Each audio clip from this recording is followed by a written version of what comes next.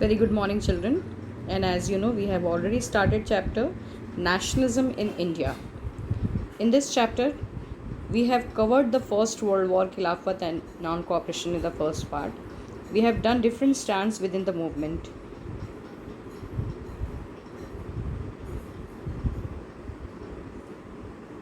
So all these topics we have covered: First World War, ideals of Satyagraha, 3 types of Satyagraha we have done: Champaran, Kheda and Gujarat district.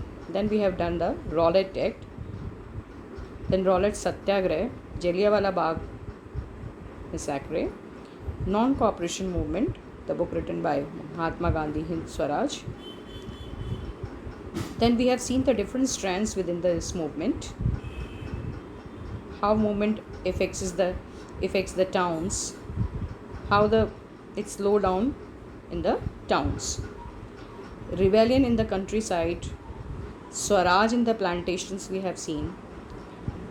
But in February 22, Mahatma Gandhi decided to withdraw the non-cooperation movement. He felt that the movement was turning violent in many places and Satyagrahi need to be properly trained. So in this part, we will start with civil disobedience movement. So after that failure, many political leaders suggested the idea of fighting the Britishers from within the Legislative Council. C.R. Das and Motilal Nehru formed Swaraj Party in 1922. Leaders like Jawaharlal Nehru and Subhash Chandra Bose pressed for a more radical agitation. So towards the civil disobedience movement. In February 1922, Mahatma Gandhi decided to withdraw the non-cooperation, and he felt the movement was turning violent in many places, and Satyagrahi need to be properly trained before they would be ready for the mass struggle. So he has taken that, and civil disobedience movement has been started. Now, what is the criteria behind that? Many political leaders suggested the idea of fighting the Britishers from within the Legislative Council.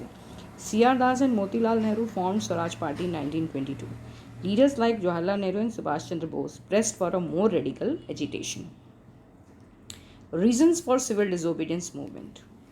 First of all, there was Simon Commission, then Great Economic Depression of 1929. So what was that? If we see the Great Depression, in such a situation of internal debate and dissent, 2 factors again shaped Indian politics, that is in 1920. The first was the effect of the worldwide economic depression. Agricultural prices began to fall from 1926 and collapsed after 1933. And about Simon, the Indian members of the Central Legislative Assembly exposed some drawbacks in the Government of Indian Act of 1919. So when the Simon arrived in India in 1921, it was greeted with the slogan, "Go back, Simon." Against this background, the new Tory government in Britain constituted a statutory government under Sir John Simon and set up in response to national movement. The commission was to look into the functioning of the constitutional system in India and suggest changes. The problem was that the commission did not have a single member. They were all British. So when the Simon Commission arrived in India in 1928, it was greeted with the slogan, "Go back, Simon." Moreover, there was no indication of Swaraj, which was the first priority of Indians. Which this commission arrived in 1928, it was met with a demonstration with banners. Simon, go back. Great Depression. The depression had deep impact on the agriculture and industrial goods. Poverty increased by 1930 due to high taxes. Civil disobedience movement. So civil disobedience movement is the active professed refusal to obey certain laws, demands and commands of a government or an occupying international power. Civil disobedience is a symbolic or ritualistic violation of the law rather than the rejection of the system of a whole. Salt March. Mahatma Gandhi believed that the salt could be a powerful symbol to unite the whole nation. Most of the people, including the British, scoffed at the idea. Abolition of the salt tax was among many demands which were raised by Gandhiji through a letter to Viceroy Irving. The Salt March on Dandi was started by Gandhiji on 12th March 1930. He was accompanied by 78 volunteers. They walked for 24 days to cover a distance of 240 miles for Sabarmati to Dandi. Many more joined them in the way.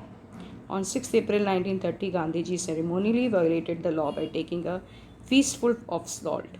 The Salt March marked the beginning of the civil disobedience movement. Salt March. Thousands of people broke the salt law in different parts of the country. People demonstrated in front of the government salt factories. Foreign cloth was boycotted. Peasants refused to pay revenue. Villages officials resigned. Tribal people violated forest law. So you can see the picture of a Dandi March. So what is the responses of the Britishers? The colonial government began to arrest the Congress leaders. This led to violent clashes in many places. Mahatma Gandhi was arrested about a month later. People began to attack the symbols of British rule, such as the police post, municipal buildings, law courts and railway stations. Even women and children were beaten up.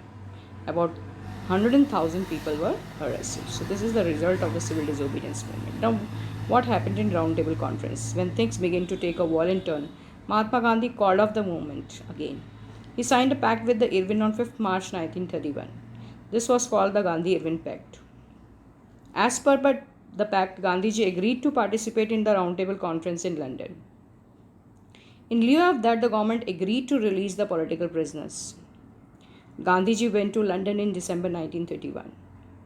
The negotiations broke down and Gandhiji had to return with disappointment. Round Table Conference. When Gandhiji came back to India, he found that most of the leaders were put in jail. Congress had been declared illegal. Many measures were taken to prevent meetings, demonstrations and boycotts. Mahatma Gandhi relaunched the civil movement. By 1934, the movement had lost its momentum. People perception of the movement. Farmers. For the farmers, the fight for a Swaraj was a struggle against high revenue. So everyone has their own meaning of Swaraj. When the movement was called off in 1931, without the revenue rates being revised, the farmers were highly disappointed. Many of them refused to participate when the movement was relaunched in 1932. People perception of the movement. Business. The Indian Industrialist and Commercial Congress were formed in 1920 and the FICCI was formed in 1927. These were the result of the attempts to bring the common business interest on a common platform. For the business, Swaraj meant an end to oppressive colonies' policies. They wanted an environment which could allow the business to flourish. They were apprehensive of militant activities and growing influence of socialism among the younger members of the Congress. People perception of the movement. What about the industrial workers? The industrial workers showed lukewarm response to the civil disobedience movement. Since industries were close to Congress, workers kept a distance from the movement. But some workers selectively participated in the movement. Congress did not want to alienate the industrialists and hence preferred to keep the workers' demands at bay. What is the women participation in civil disobedience movement? Women also participated in civil disobedience movement in large numbers. However, most of the women were from high caste families in the urban areas and from rich peasant households in the rural areas. But for a long time, the Congress was reluctant to give any position or authority to women within the organization. The Congress was just keen on the symbolic presence of women. So women has not been given such an authority. What are the limits of the civil disobedience? Who were not participated in that? Dalits. Many Dalit leaders wanted a different political solution to the problems of the Dalit. Even Gandhiji supported them and given the name Harijan. So he said that if the untouchability is there, Swaraj cannot become even 100 years. They demanded reserved seats in educational institute and separate electorate for Dalits. Dalits wanted that. They want a political authority. Dalit participated in the civil disobedience movement was limited. Dr. B.R. organized the Dalits into a depressed class association in 1930. So B.R. Ambedkar organized the Dalit Association. He clashed with Mahatma Gandhi during the second round table conference on the issue of separate electorate for Dalits.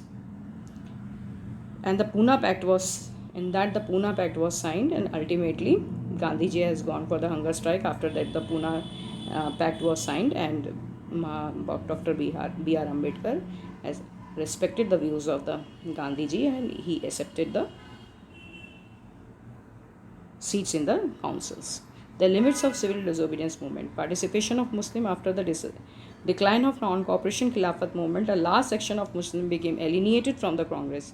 From the mid-1920s, the Congress were more visibly associated with the Hindu religious nationalists. Muhammad Ali Jinnah was an important leader of Muslim League. He was willing to give up the demand for separate electorate, but he wanted reserved seats for Muslims in the Central Assembly. What are the sense of collective belongingness? The sense of collective belonging, nationalism spread when people begin to believe that they are all part of the same nation, when they discover some unity that binds them together. The united struggle for independence helped in building a sense of collective belongingness. Additionally, a variety of cultural processes also captured the spirit of nationalism. Nation depicted in images. The identity of the nation is most often symbolized in figure of image, with which people can identify the nation. If there's a feeling of nation, then we should personify the nation. That is the reason the image of Bharat Mata was the pictorial representation of the motherland. Vande Mataram, the national song, was written by Bankim Chandra Chattopadhyay in 1917. This was sung during the Swadeshi movement in Bengal. Different artists projected their own version of Bharat Mata. Vande Mataram, Sujalan Suflam, Malaya Sheetla. Folklores. Many nationalist leaders took help of the folk tales to spread the ideas of nationalism. It was believed that the folk tales revealed the true picture of traditional culture. So bards used to go village and village to spread the ideas of nationalism by singing. National flag. National flag, which we say today, is evolved through various stages. A tricolor, red, green and yellow at that time, was used during the Swadeshi movement. There were 8 lotuses on it, which depicted the 8 provinces of British Indians. There was a crescent moon on the flag, which represented Hindu and Muslim. Gandhi had designed the SWARAJ flag by 1921. It was also tricolor, red, green and white, and there was a spinning wheel in the center. So you can see the different pictures of map of India.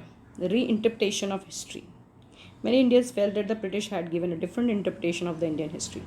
They felt that it was important to interpret the history from an Indian perspective. They wanted to glorify the rich past of India so that the Indians could feel proud of their history. So I hope the chapter is quite clear to you. Thank you so much, children.